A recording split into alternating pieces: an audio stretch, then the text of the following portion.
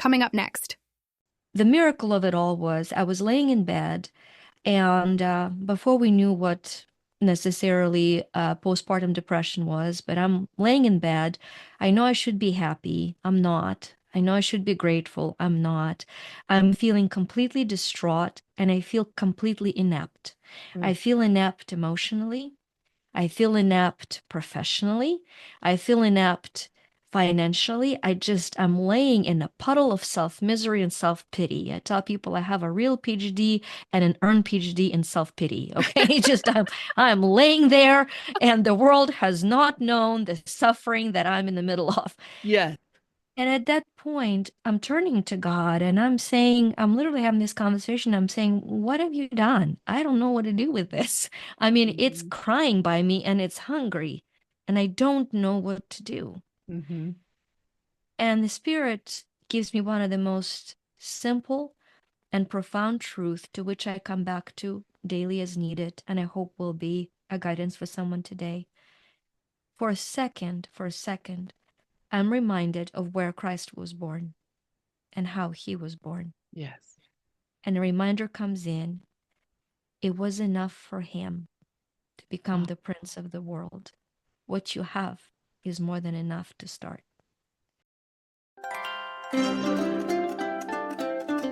Welcome to Faith Over Addiction podcast, where the chains of fixing and striving are broken and joy is rediscovered in Christ. You are here because you know there's more for you. A life beyond addiction's chaos, rooted in God's peace and promises. This is the place where Christian women like you learn to release the weight of fixing and striving and instead lean into God's strength to create a home filled with love, grace, and hope. She is clothed with strength and dignity. Proverbs 31:25. That's you. You may not feel like it yet, but you are stronger than you know. And God has so much more for you than carrying someone else's addiction.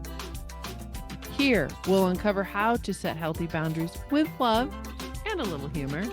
Find resilience and grace in the messy moments of life. Celebrate small victories and embrace joy like never before.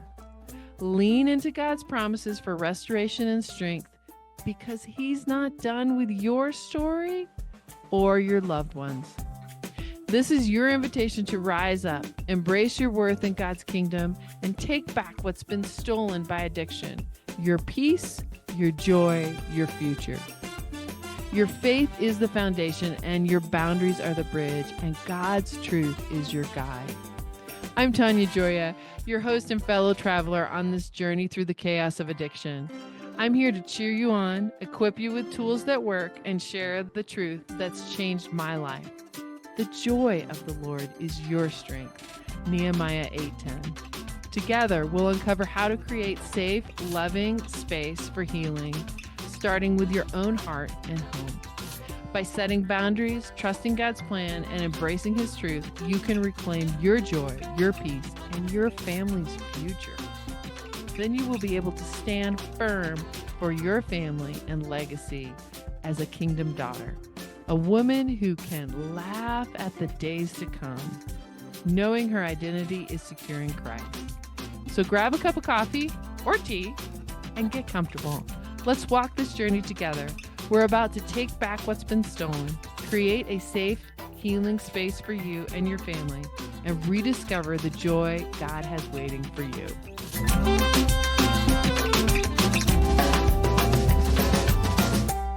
Welcome to the Faith Over Addiction podcast. I'm Tanya Joya, your host, and we are a podcast that helps women find their identity in Christ, even when there's chaos going on around them with those that they love who may be suffering from addiction. And today I have Victoria Rader with me. She is just a beautiful soul. She does all kinds of things, but one of the things we want to talk about is You Shine, how she helps people find their transformation, find their mindset, and the practical application of how they are creating things in the world. And we were just having a marvelous conversation that I didn't record. So Victoria, tell us a little bit more about what you do and how you came into this work. You to Shine was born in 2013, and it was a two-step process, really. I think for most of us, the day we're born, there's a little seed of greatness that is placed, and it germinates at different pace, and it goes through different parts of growth. And so, I think the first very clear prompting for me of the direction was way before it became a company. When in 1997, I actually had my daughter, my first child, and she was born, and I was a very young mother. I was 22. My husband and I were struggling financially. We actually saved every dollar for quite a long time to be able living in like a little apartment with cockroaches to be able to buy a little home. And it Mhm. was great. We 10 days prior to me birthing her, we signed on a little home, one bathroom dwelling, and we had nothing. We had our books, a bed that was given to us, and a crib that was given to us. No Oh, curtains. yeah. No, I actually washed diapers by hand. And so the miracle of it all was I was laying in bed, and before we knew what necessarily postpartum depression was, but I'm laying in bed. I know I should be happy. I'm not. I know I should be grateful. I'm not. I'm feeling completely distraught and I feel completely inept. I Mm. feel inept emotionally. I feel inept professionally. I feel inept financially. I'm laying in a puddle of self misery and self pity. I tell people I have a real PhD and an earned PhD in self pity. Okay.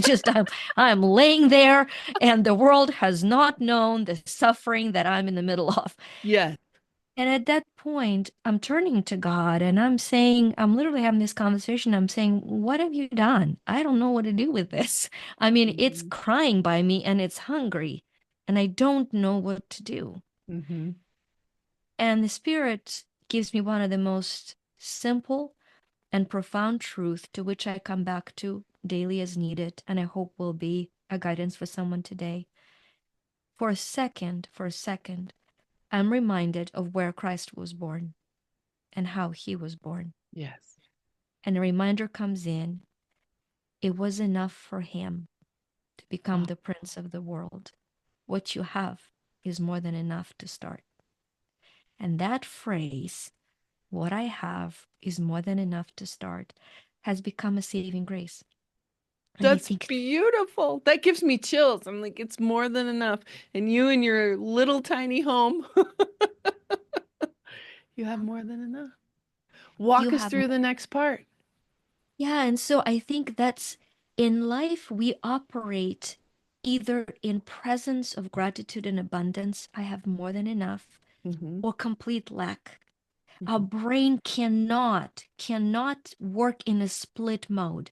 It is either focusing on what I have is plenty, I'm grateful, and I'm open to receive more and be more from Hmm. the place of appreciation, gratitude, or what is wrong with you? What is wrong with them? What is wrong with the world? If only then.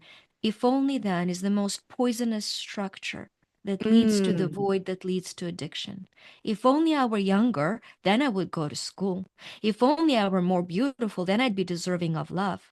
If only my spouse were kinder, then that is, I believe, a poison and a deception that is actively deceiving us as women. If only then.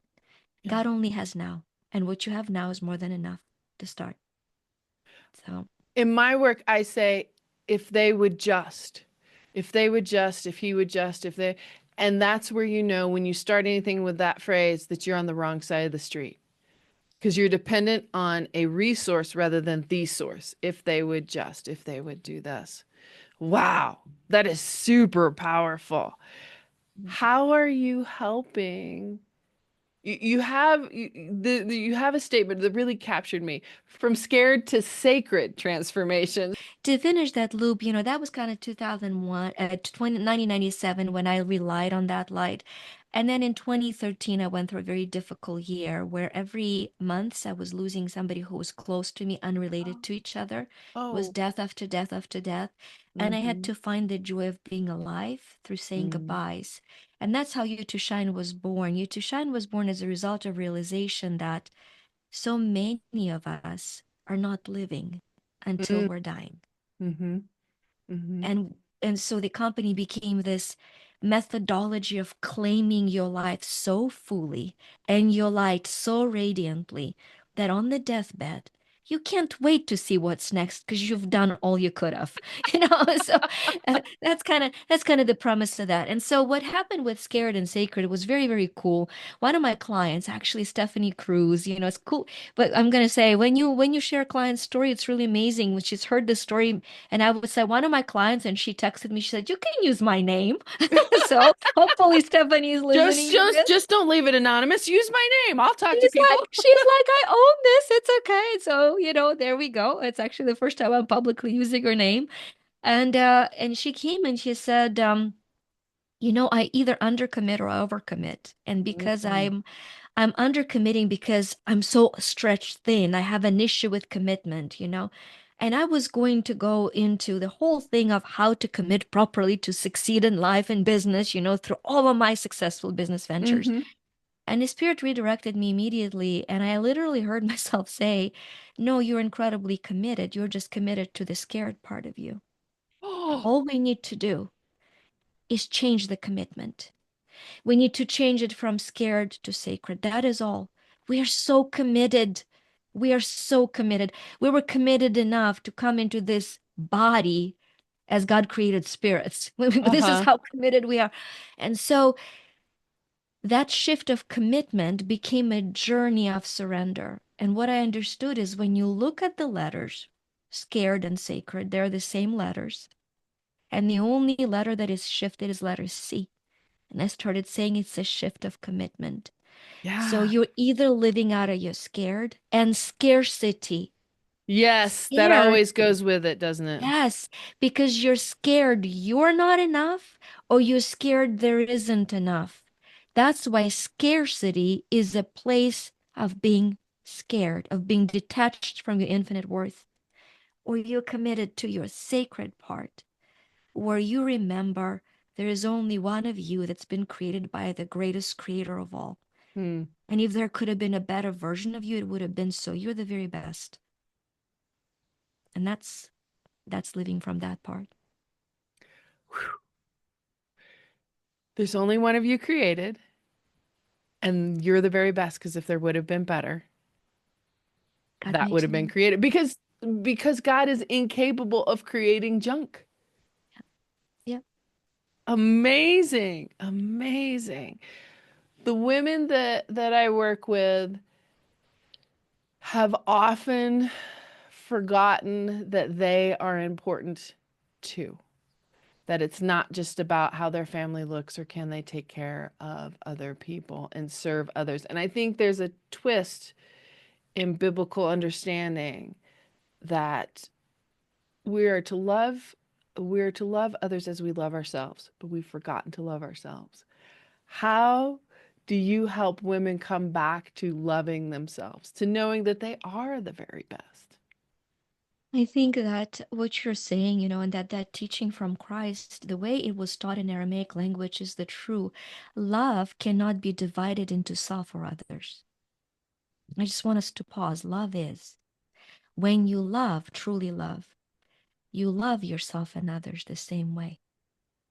If you are lying to yourself, and we all have, I have, that you love others, but you don't love you don't love others, you resent others for preventing you, for believing that you're self sacrificing. It's a very dangerous game.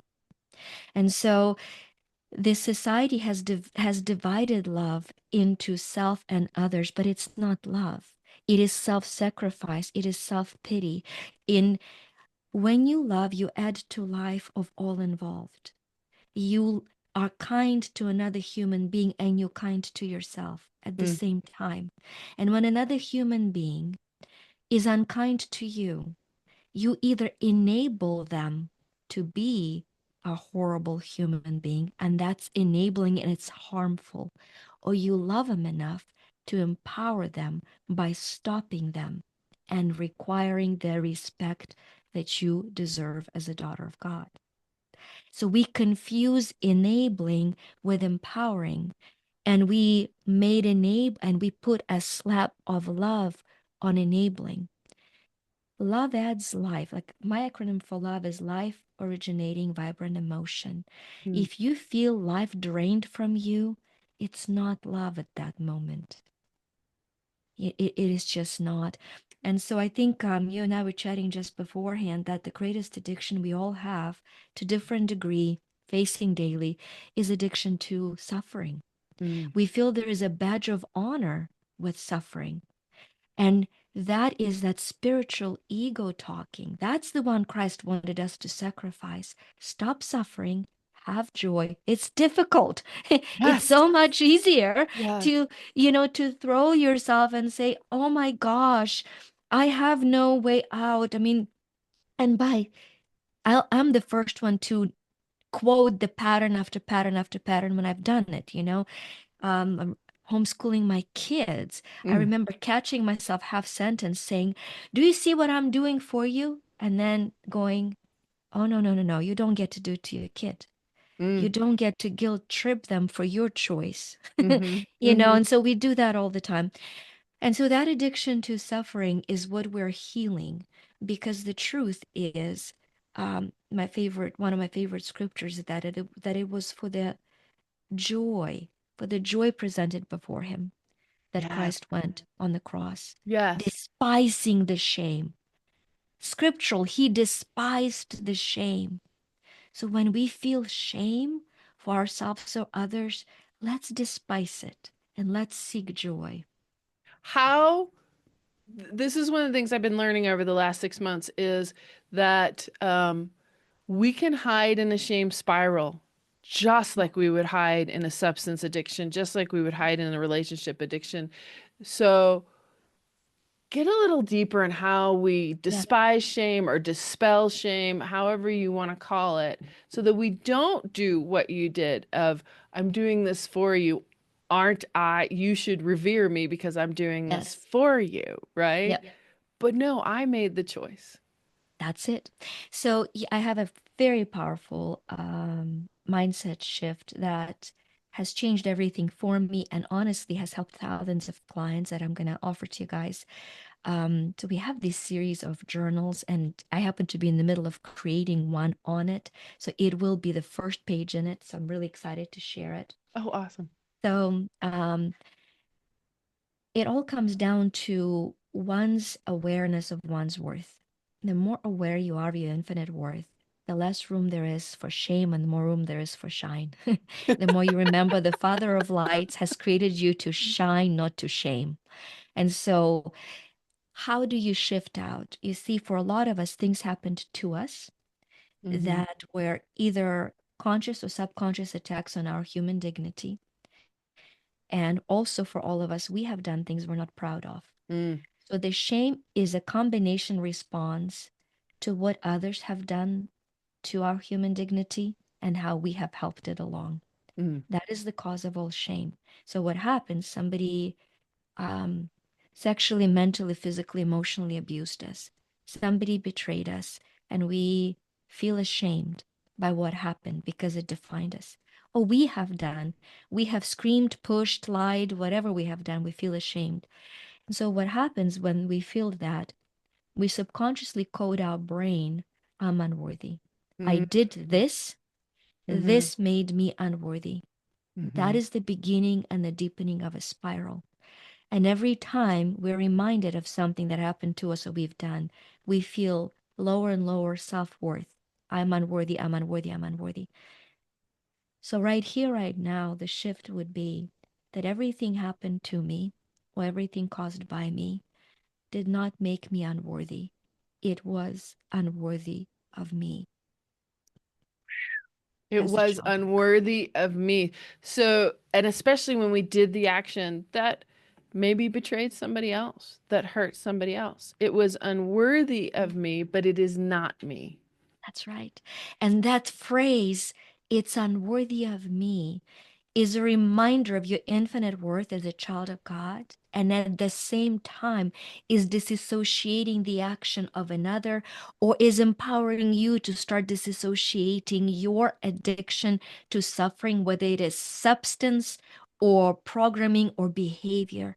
So when you are on your ninth donut, How right? did you know me? We just Right? met. When you are on your ninth donut and you're like, okay, it doesn't matter because it's I'm unworthy anyway, so three more won't make a difference. Right. At some point, it's gonna click and you're gonna say, you know what? It really is unworthy of me because I'm worthy of a healthy body. Give the donut a kiss and put it away. And what's going to happen miraculously, that transition is going to happen for you on the eighth donut the day after. Yes. And Yes. maybe 7 months into that, that'll be your very first one. How are you hearing God in that statement? It is unworthy of me. Do you hear God when you say that? Yes, because when you look at me, it's really cool. When you look at me, the way we spell it, you know, it become a sub brand for us. It was a revealed concept for me. I was writing a book. One of my books is called Prosper Me, and it Mm. is 35 universal laws to make money work for you. I believe it's very needed right now as we go into Yes. recession, actually. Yeah. But neither here nor there. I was praying for the title, and the title came in, and I saw this little M big E. And I thought, oh, that's cool. You know, that will be a pattern interrupt, and people will buy it because they will ask, why me? Not why me, what's wrong with me, but why me? Why am I to prosper? And I literally felt the spirit kind of, going, well, you received the answer from God. Wouldn't you want to know why also from God? Mm-hmm. Don't interpret. Mm-hmm. And what I've seen is that all of our work combined in that little M, big E, because the little M is my mortal Mm. matter that manifests materially. That is the scared part of me. Mm-hmm. She will always want to survive. She's afraid of death. There's mortal matter. Mm-hmm. And she does need to poop and eat. I'm sorry if it's a revelation for somebody. I'm like, it just seems to happen for me. Yes, yes. It's that mortal matter. And yet there is that spark of Christ in me that is the big E, that is eternal energy, the essence of expansion. So every day I have to surrender my mortal to eternal, my matter to energy, my material to essential, and my manifesting to expansion of what? Of Christ's light through me. So when you think I'm worthy of me, with little m big E, it's a reminder also to surrender to both the ultimate sacrifice that you and I and every listener was worthy of. We Mm. were worthy of divine love to the point of ultimate sacrifice. Wow. Now, is all that in your book? Because I'm going to have to go back and listen to the transcript again. the So tell the us the Prosper Me. This is all in the Prosper Me book? has nothing to do with the Prosper Me book other than me description at the very end. This is just all in your proprietary conversation of the podcast now. Awesome. Okay, so let me make sure I understand this. That the M is that mortal part that Christ Yes. knows is already there. He knows we need to breathe. He knows we need to poop and Yes. eat. He knows we need Yes. connection with other people. He knows all of that. And then the E is the eternal, the essential, the The light the of Christ. pieces that he brought to us and sacrificed for us. I think tell me if I'm tracking with you. I think we get into that scarcity when we take our eyes off of Christ and say, "No, I got to get it for myself." Yeah, absolutely. Absolutely. And it goes back to the very beginning. I only have to do it or get it for myself because there's not enough, right? It just all is one eternal round. For a while, it was kind of a cool thing I did. I did the Father's Prayer for 30 days, and every Mm, day I did a different part as to understand it. Our Father who art in heaven, hallowed be thy name, thy kingdom come, thy will be done. And so it's so interesting that when it says on earth as it is in heaven, thy will be done on earth as it is in heaven.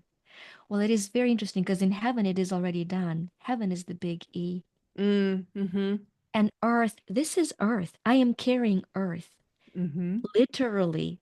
We're Yes. literally earth. Because when my mom ate food, the molecules of the food she was eating were creating the body that was later born and then sustained through the minerals and the vitamins that all originate in earth. Yes. So it's just so cool to see how that little me is there on earth as it is in heaven. And so this is the earth. I'm only responsible for this part of me to surrender. Because if I surrender this part of me, I will treat everybody around me the way God guides me. And that is what will change the world versus me trying to surrender and subdue somebody else's free will by Mm-hmm. taking it away from them, right? Mm-hmm. It's not a new concept. Be the change you want to be. Well, that is why Christ says, don't judge, Mm-hmm.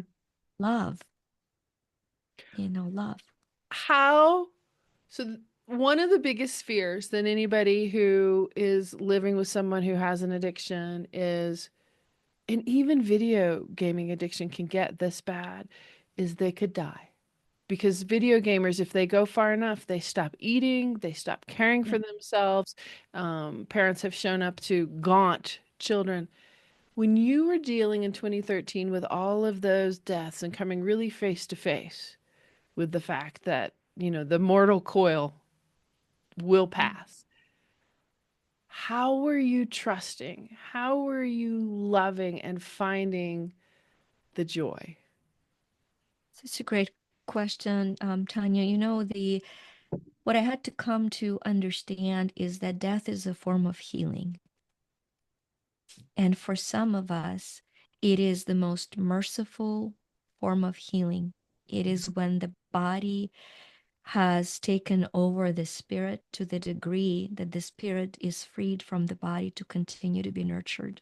Mm. And when that death is the way life is sustained, our cells are dying all the time in order for healthy cells to be born. The fear of death and dying is energetic subconscious cause for cancer. We're so afraid of death that the cells are pre-programmed with refusing to die when it's their time.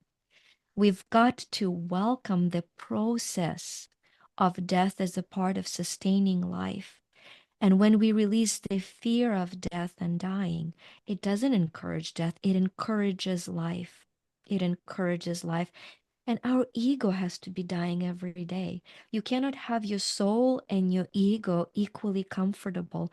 If your soul is thriving, your ego is dying every single day. Now, I know that the fastest way to empower somebody through addiction is not to focus on their addiction, Mm. but to focus on the light that they carry and rigorously, with determination, with focus to see the glory of Christ in them and remind relentlessly to them that you see that in them. Because when you focus on the addict, you cannot heal the cold. You can only turn on the heat. You cannot heal the darkness. You can only bring the light. And yet it is the darkness of addiction that pulls us in, and we start focusing on addiction when a loved one is going through that. And so the fastest way to remember is, how do I remain the light that I am? And how do I remind them that they are the light that they've come to be? That is the art, I believe, of supporting somebody who is struggling with addiction. Let's dig in a little to how do I support my light when chaos is going on? I think it goes back to the parable of the five virgins. As much as I love you, I cannot pour my oil into you. I have to, I'm responsible for my oil. And what is it for you? Is it for me? It is a daily prayer, meditation. Actually, I have a gorgeous visualization that I will share, as a step. Reading scriptures, associating the two. So visualization is super simple. And what I do every morning, I say, okay, God knows what I'm expected to be today. I don't. Mm-hmm. And so I'll close my eyes and I'll visualize and I'll say, show me who I am today as you see me. And then you count three, two, one, and you imagine stepping into that vision. It's very powerful. Wow. Our brains need to be trained to know what we're doing. It's super, like you close your eyes, you say, okay, Show me how you see me. You see the outline of you, or you just see the light of you. This is who God wants you to be today. And you go three, two, one, and either it moves through you or you step into that image. And that is a practical surrender of your brain to the vision of God. Love it. And you do that every morning. Now, do you pick that up in the middle of the day? Say you've been angry with a kid or say something has not gone your way. Do you pick that visualization back up in the middle of the day? I do, but I also go back to the verbalization. That was unworthy of me. That's not That like was me. unworthy of me. God, who That's not like me. Remind me now who I am. and let me That's the step. immediate forgiveness, right? The immediate release and forgiveness because we don't want to invite shame in because shame becomes fuel to grief and disappointment and eventually anger. So when the little M has a rebellious moment, which she will every day, Yes, yes, which she yes. will. Hello, darling. I mean, you get to say, okay, that was unworthy of me. Remind me who you created me to be for today. So it's both disassociation. It's not like me. It's not like me, the one you want me to be, and shifting back into I'm going to do my best to be aligned with that vision that you have for me for today. That feels so peaceful. Does that set up peace for you? Yes, I feel infinite peace. I get emotional. The prayer, my peace I give unto you, Mm-hmm. not as the world giveth, give up I unto you. I live through that. I'm Ukrainian. And with the war, when the war first started and we had the first violent death in the family, I started developing PTSD to a phone call. When the phone would buzz, I Mm. would go into PTSD response of what happened. And I truly had to pray to feel the peace that He has left for me to feel. And then here's a very important step. And then not to feel ashamed that I feel peace when the Mm. world is in commotion and people say, oh, you must not be compassionate or empathetic because you're not sobbing and gnashing your teeth. That is the catch 22. I believe we all have experienced peace. And then shame raises its ugly head and says, oh, something is wrong with you because Mm. they're suffering and you're not. And we let go of the peace and we jump back on the suffering bandwagon. So the transition from feeling the peace free of shame and then pouring love and peace into situation instead of absorbing the agony from a situation, that's a lifelong journey I believe we've come to live. What is the benefit? So frame for us the benefit of you being in peace instead of jumping on the suffering bandwagon for the globalness of it. Yeah. Does that question make Yes. sense? Absolutely. So think of it this way. We're all one. Christ's teaching that the new world picked up, it's a true teaching, right? And if you're not one, you're not mine. Well, we're all his, so we're all one with or without awareness. There we go. Some of Right. us, some of Right. us aren't aware of that. That's a question of awareness. And so think of each one of us is a piece of an infinite puzzle of God's creation. We don't want to be another piece of puzzle. We belong where we are. We feel most confused when we try to fit in a place where we don't fit in as a piece of a puzzle. And each one of those pieces of puzzles is born with the light of Christ. We each have a beautiful light that only we carry. The same message conveyed through different voice touches different hearts differently. And so what happens is that if my light is off, the lights around me are dimmed. If Mm. my light is on, I'm supporting other lights. And so what happens if you think of a birthday cake that has many Multiple candles on candles. it, Yeah. multiple candles on it.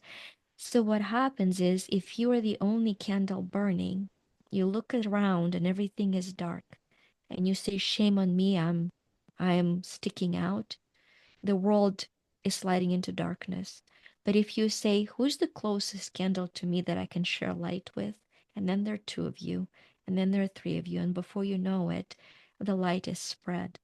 And Yeah. so it's that moment of remembering your light is here to support the lights of the whole world. And and understanding that that is the only way to bring to bring light to it, not absorbing the darkness, not allowing it for it to blow your light, but persistently bringing the light back in. As you are dealing with a very heartbreaking situation in the Ukraine, all of these deaths, what are you doing to keep the light? What are you doing for you in the very, very quiet moments to keep that light going? I first pray to know that, I say it doesn't matter what your political views are, who you voted, let's say in US in the last election. The reminder would be neither Biden nor Trump were ever in charge. Christ is. Mm. And Yeah. you either believe it or you don't. Neither Putin nor Zelensky are in charge. Christ is, and I happen to believe that. And so I know that those that are killed are not killed premature. We all are born and we die on God's timeline. How we die is tragic, Mm. instead of the quiet death, but the soul is not taken back home prematurely. The he who created the soul will take it back when it's time. Mm. And it brings me infinite peace that all life and all death happens on God's timetable.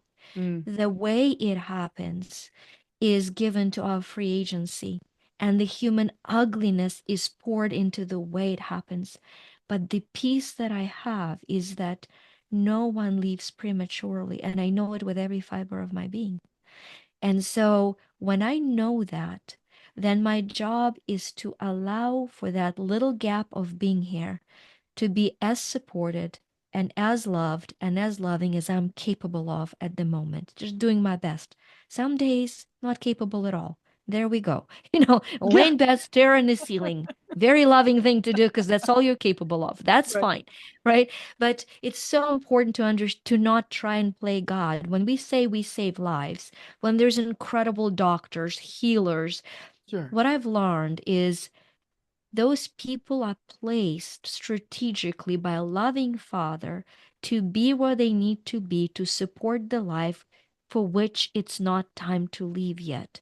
So it's not that we save life, we sustain the predetermined length of life. Mm. I know that, as I know that, as I know that. Why? Because as Christ had the time and we're all following him and his pattern down to the second of his birth, it was known through centuries and down to the second of his death. And it is prophetically spoken that before we were born, while we were in our mother's bellies, he knew us. And Yes. so we're all on a very gorgeous divine timetable. I think that gives me infinite peace. Wow. And that goes back to what you were talking about earlier of the freeing of the soul, that even Christ needed that freedom from the human body. He says, "Don't cling to me. I haven't yet done what I needed to do here." Victoria, this is profound to say the least. Tell us a little bit more about where listeners can find you, the work that you're doing right now. You mentioned a journal that you're creating at the moment. I will in a second. I have very emotional, powerful spiritual experience with the word profound you just said. It's so gorgeous because I'm shown that word as profound. Pro is an old Latin root prefix for to be in favor of. Mm. So something that is profound is something that is in favor of being found. Hmm. Awesome. And I think it is just that your gorgeous sacred space you created here is profound. It is where one comes to be reminded that they are the sheep worth being looked for. They are found and they belong. So I just wanted to validate that. I As to love it. yeah, yeah. It comes back to something that I've been thinking about is sometimes I will think I'm so lost. I'm so that no, I'm found. I am a foundling. I am one that has been found by Christ that, maybe I was lost because of my own ego decisions, but I'm unworthy of that. Now I am found. Which I love that you bring that back. Your language, your grasp of so many languages is just awesome. Tell us where we can find more. Yeah. So where we can be found, the all the information is always on the company site, which is you to shine, YU number two shine.com. And right now what we have a vision of positively impacting a million lives or more Mm. through mygiftoffer.com.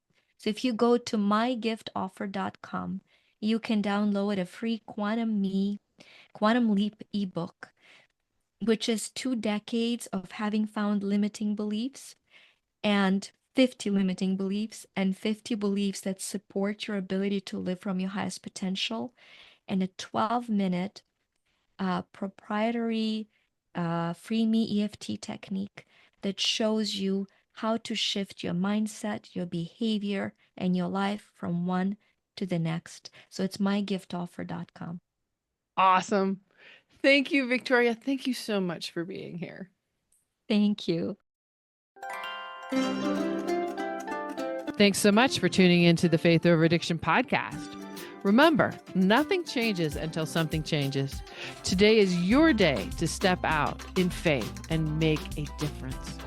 You are a daughter of the King, a woman who can spark incredible ripple effects of hope and healing, not just in your own life, but in your family, your community, and God's kingdom.